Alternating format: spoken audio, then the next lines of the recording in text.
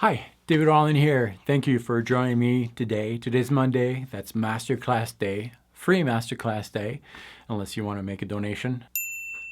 But that's not the point. The point is, today is an important lesson, especially if you've been following my lessons, because we're going to learn how to phrase with modes, how to come up with new ideas using modes, and how to come up with your own licks.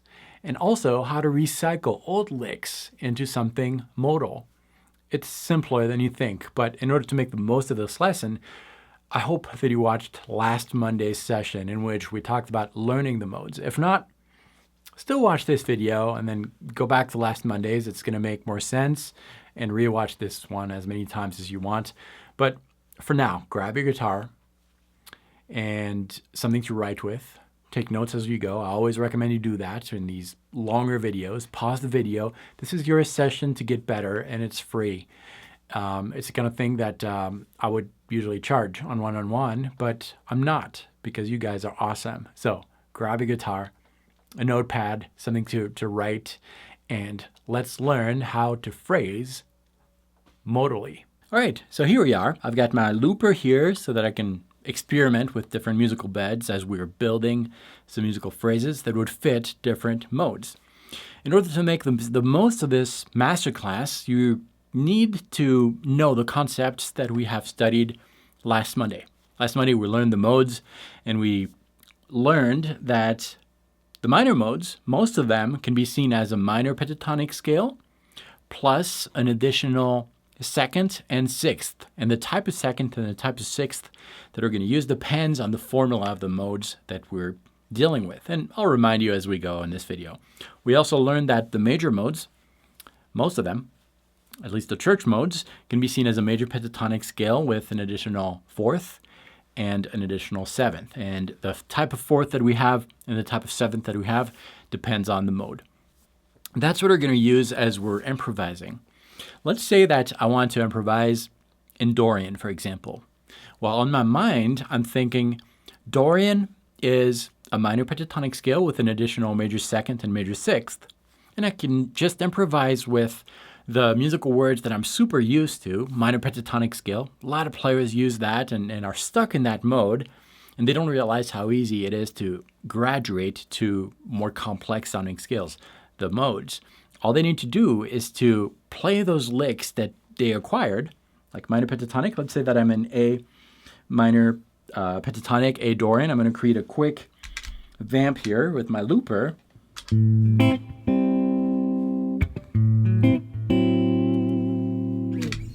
Okay, and I'm going to loop that over and over. If you don't know how to create those, check out Friday's video in which I walked you through the different steps.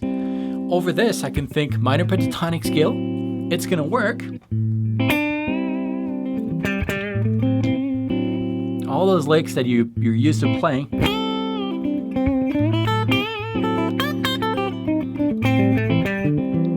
They work, but they don't really sound Dorian. The backing track sounds Dorian, but your improv alone, if I stop the track, it sounds like any other solos that you might be playing, right? You have that one. You have those types of bends, right? Super familiar. All you need to do is to add to those licks a major second and a major sixth. Now, you don't need to do that all the time. You can focus on one note at a time. Let's go back to our loop here. Let's say that your to-go lick is this one. Welcome to the club. You're amongst the billions of players who rely on that one. Maybe a little too much. But let's make it Dorian. Well, within that zone that I am covering here, which is on the first three strings, I'm in my minor pentatonic scale. I can simply focus on either the major second or the major sixth. You should know how to find those. If not, you need to rewatch last Monday's video, but continue watching this one first at the end, and it'll make more sense. And you'll see that using our master interval shapes, that again we have covered last week, 1, 2, 3, 4, 5, 6, 7, 1, 2, that's a major second. That that note on the 3rd string, 4th fret, is in that zone. Right there. It's very close. So now I can add that note, major 2nd if that's the one I want to focus on, to that lick. And I can add it, maybe land on it. It opens up things. And now over this backing track, instead of and not knowing where to go from there, you add one of the notes of the Dorian mode, the major 2nd. Nice. And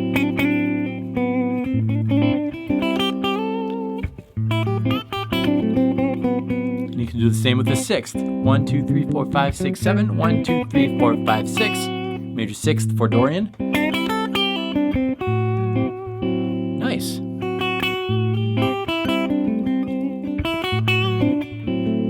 And without even knowing it, you're sounding Dorian with all your pentatonic scale vocabulary.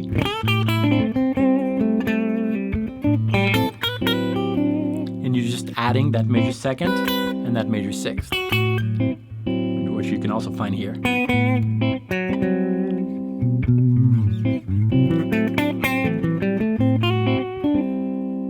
And that's all it takes. Think minor pentatonic. All those licks that you know, and add one of the notes.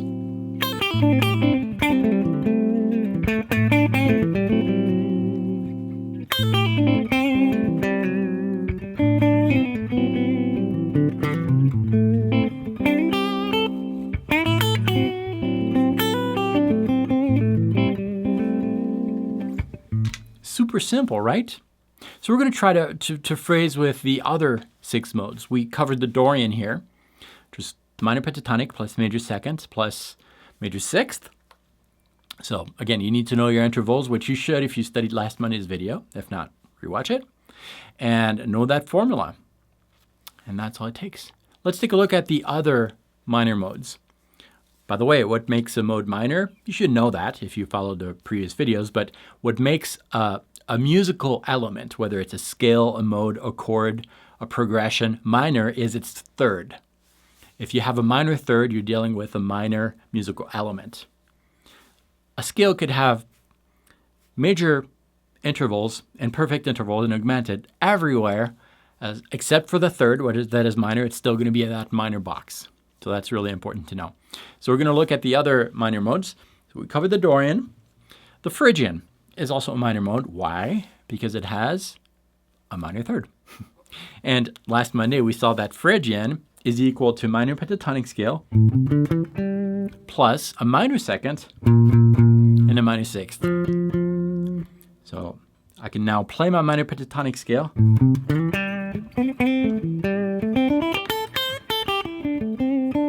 And every once in a while, I can add my minor 2nd and my minor 6th. So that lick that we started with, if I want to make it Phrygian, I can add one of those 2 Phrygian notes. And if I had to pick one, I would pick the characteristic note of the Phrygian, which is the note that differentiates that Phrygian mode from the other minor modes. And it's the minor 2nds, because the Phrygian is the only mode, minor mode, from the church modes. There's a lot of other modes, which we're not covering right now, but it's the only one of the church modes, which is a collection of scales and modes that are very popular in modern music, that has a minor 2nd. So I could add that to my minor pentatonic scale licks, and that would become a Phrygian lick. And if I want to embellish even more, I can add the minor 6th.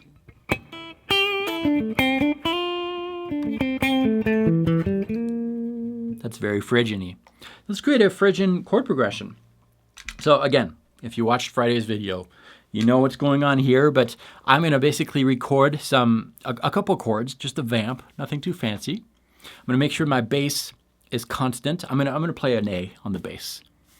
That kind of thing. And I'm going to play 2 chords just to make things more interesting. My first chord is going to be the regular extraction from the Phrygian mode, which is root, minor second, minor third, perfect fourth, perfect fifth, minor sixth, minor seventh. And I'm going to extract from there, let's say a 4-note chord. So root, minor third, perfect fifth, minor seventh. Like that, just like Dorian. Just like we had on that Dorian backing track. And in the second chord, I'm going to make sure that I'm hearing that characteristic Phrygian note, which is the minor second. And there's a lot of options. I can make up my own chords. I don't even need to know how to name them, as long as I pick, let's pick 4 notes, because we started with a 4-note chord.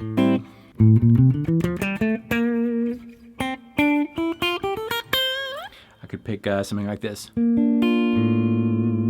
For example, that's extracted from that mode. Let's create a vamp here.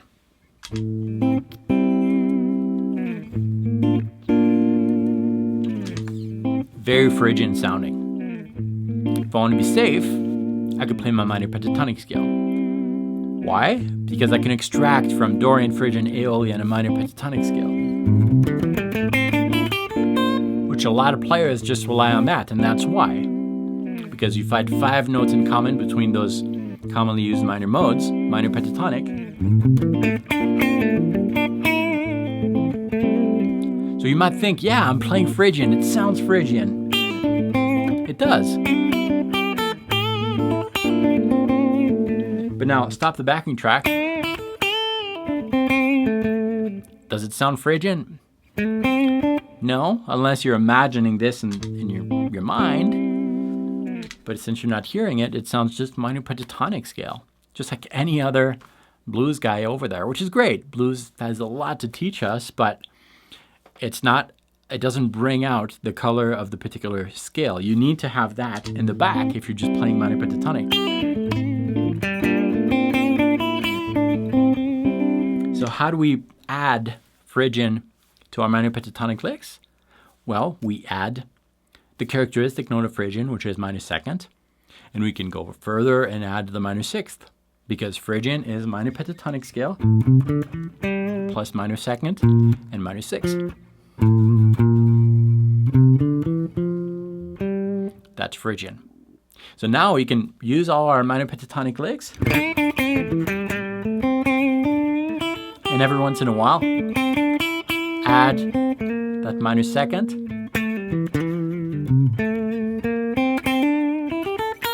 or the minor sixth.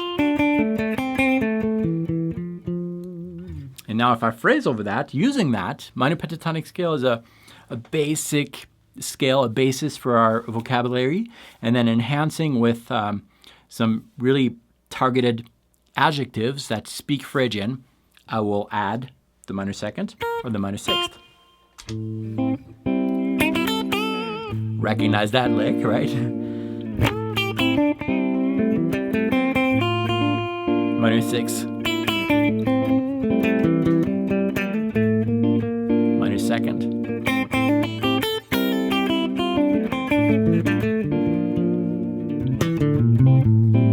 And so forth. See, you know how to phrase modal if you can play minor pentatonic and your intervals and the formula of these modes. So that's a lot of ands. But it's not as difficult as you think. You have a lot of vocabulary if you've been playing for a little while and you can improvise using the pentatonic scale. It's just a matter of recycling that vocabulary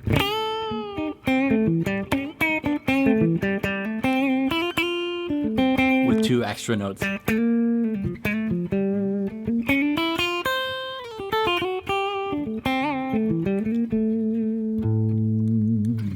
Let's continue.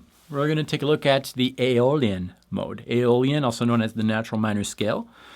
The formula of Aeolian is minor pentatonic plus major second and minor sixth. So if you want to write or improvise an Aeolian, you can think of it that way. All your minor pentatonic licks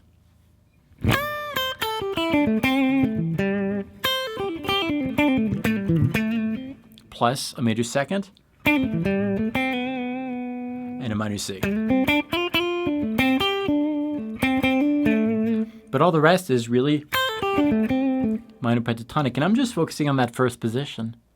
You can expand if you want with the other positions, but the first position is enough.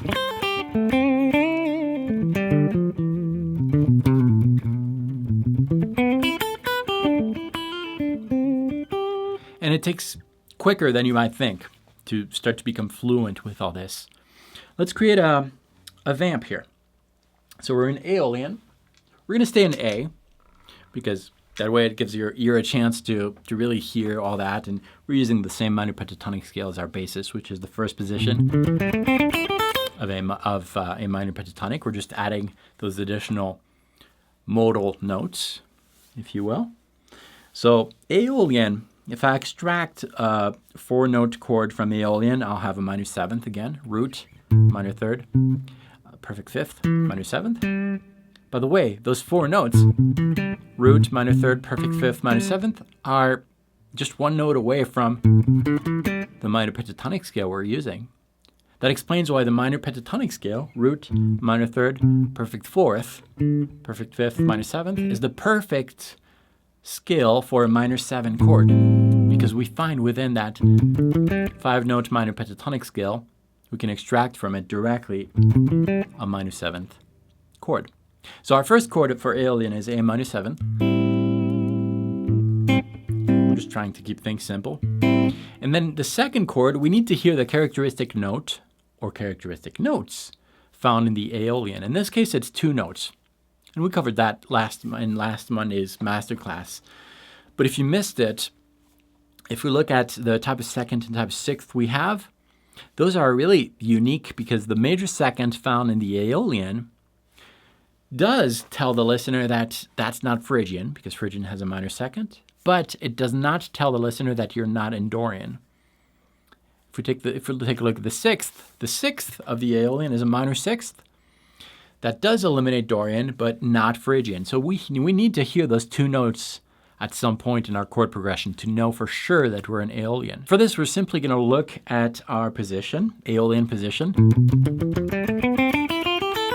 and create a chord, so several notes at the same time, that includes the minor 6th and the major 2nd.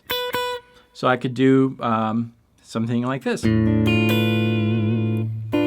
These notes are found in my position.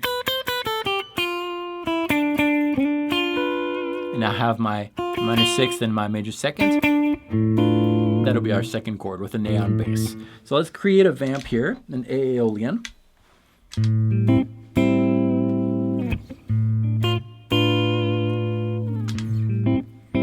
I have no choice here but to play Aeolian.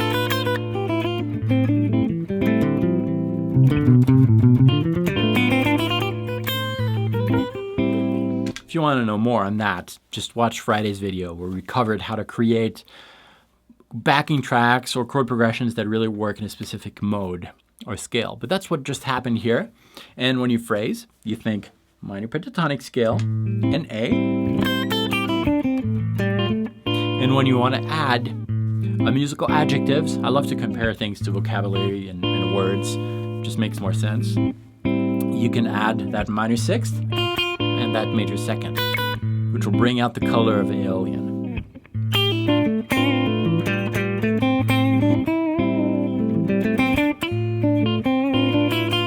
That's the minor 6th.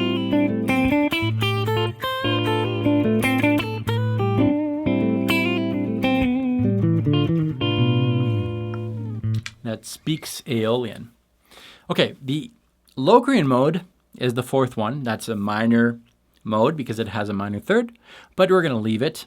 We always do it at the last in the last section of the video of the master classes because it's really particular in the sense that you can't directly extract from the Locrian mode a traditional minor pentatonic scale. So that's why we're going to leave it on the side for now. We'll come back to it at the end.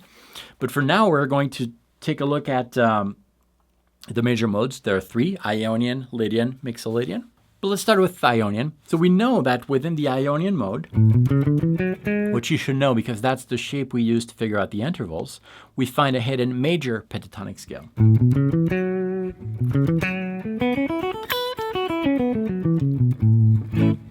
Now, you might be you might not be very familiar with that particular position of the major pentatonic scale. You should, because that's going to influence new ideas. Your fingers are going to fall in different intervals. Plus, the first position is extracted from the cage system. We might do a full masterclass on that topic, but the cage system is a great way to organize things and visualize your intervals. The first note right here that I'm using, that's the E shape of the cage system, for those of you who know cage system. We've got our root on the low E string, and it happens on the right side from your perspective, towards the bridge of the guitar, which is easy to figure out chords and things like that.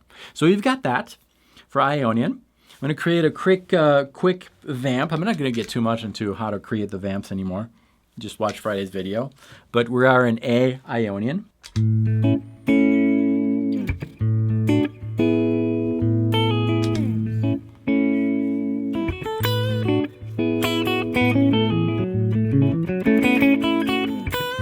That's major pentatonic.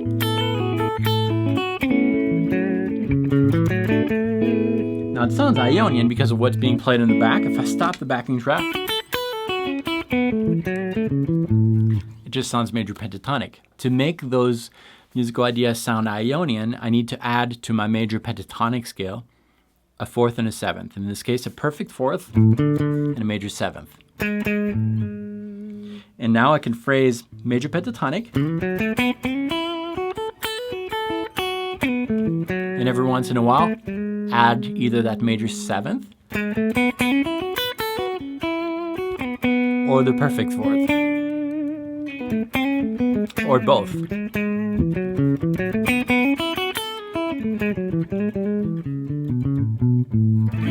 And now over the backing track.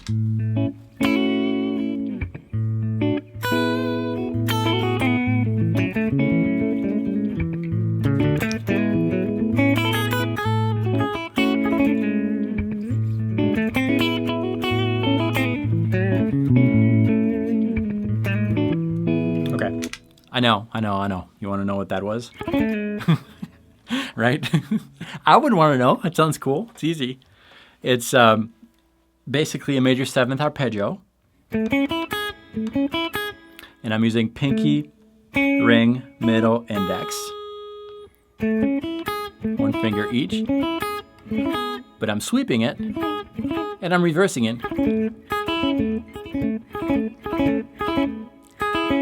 And the pinky, slide one fret below. Doesn't it sound cool? Especially over this. It sounds like you know what you're doing.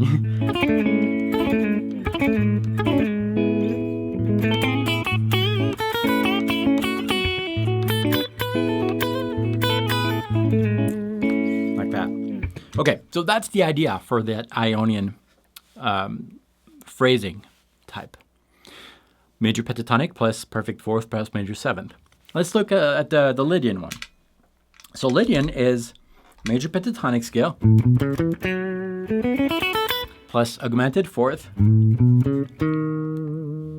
and major seventh.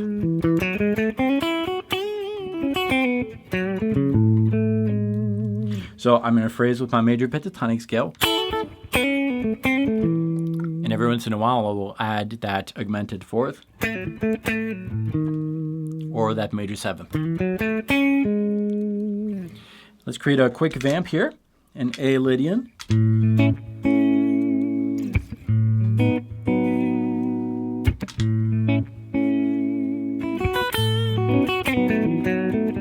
Here's the major seventh. Augmented fourth.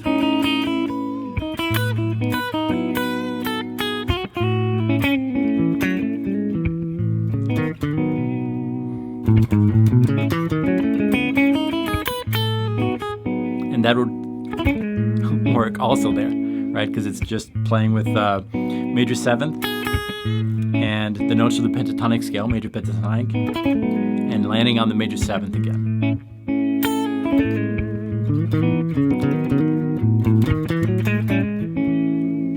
Okay, moving along to the Mixolydian. Mixolydian is a major pentatonic scale with a perfect fourth and a minor seventh. So the real characteristic note of the Mixolydian mode is that minor seventh, because that's the only major scale, major mode from the major box, the major family, because of the major third, that has a minor seventh. So if we really want to bring out that color, that Mixolydian color, that's what we'll use, that minor seventh. So I'll start with a Mixolydian vamp. Again, we're in A.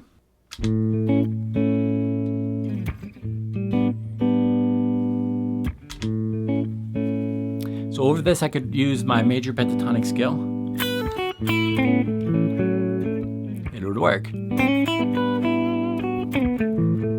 Does it sound Mixolydian? Yes.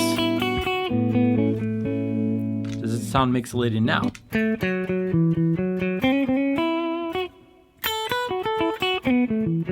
You might be tempted to say yes because you still are used to that in the back. But really, if I just play that alone, it sounds major pentatonic. So that could work on Lydian, Mixolydian, and Ionian. In order to sound Mixolydian, I need to add that minor seventh, or I can even add the perfect fourth at some point. And now my licks, minor seventh there, sound Mixolydian. Just major pentatonic with a perfect fourth and a minor seventh. And now I could phrase Mixo.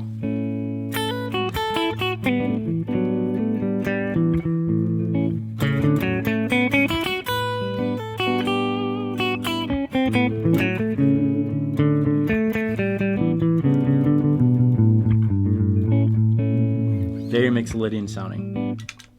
Simple, right? So really with a couple pentatonic scales, minor for the minor modes, major for the major modes, and knowing your formulas, you could phrase modal. Okay, so we've got one more to cover. The approach for the Locrian that we're going to take here is similar to what we just did, in the sense that we're going to take something fairly simple with less notes. We're going to phrase with the 4-note type of musical elements. And it's not the pentatonic, because we just said that we don't find a regular minor pentatonic scale in there, but we're going to focus on the arpeggio of the Locrian mode, which is root, minor third, diminished fifth, minor seventh.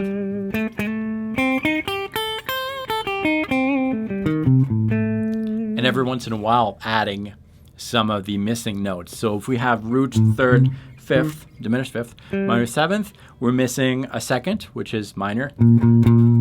And we are missing a fourth, which is perfect. And we're missing a sixth, which is minor.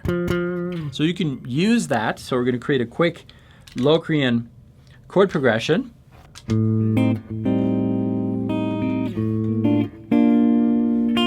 So for the Locrian, we can simply use that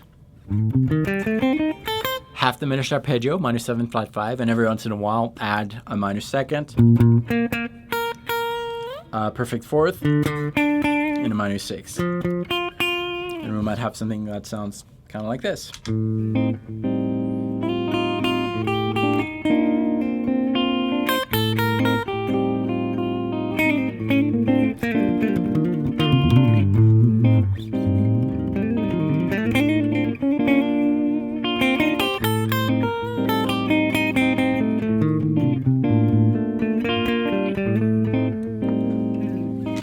It sounds a little out there, a little dissonant, but that's the approach. The more you do this, the more you're going to be used to associating sounds in your head with finger movements, and that's really key. That when that happens, you're way more in control of your music. You're not directed too much by shapes and things like that. You just kind of hear in your head the language that's being used, Dorian, Phrygian, Lydian, whatever, and you just speak musically in your head, and instead of coming out through your mouth, it comes out through your fingers. Your fingers become the muscles of your mouth. That's what happens. I'll talk more about that at some point, probably. But nothing should come out as a surprise.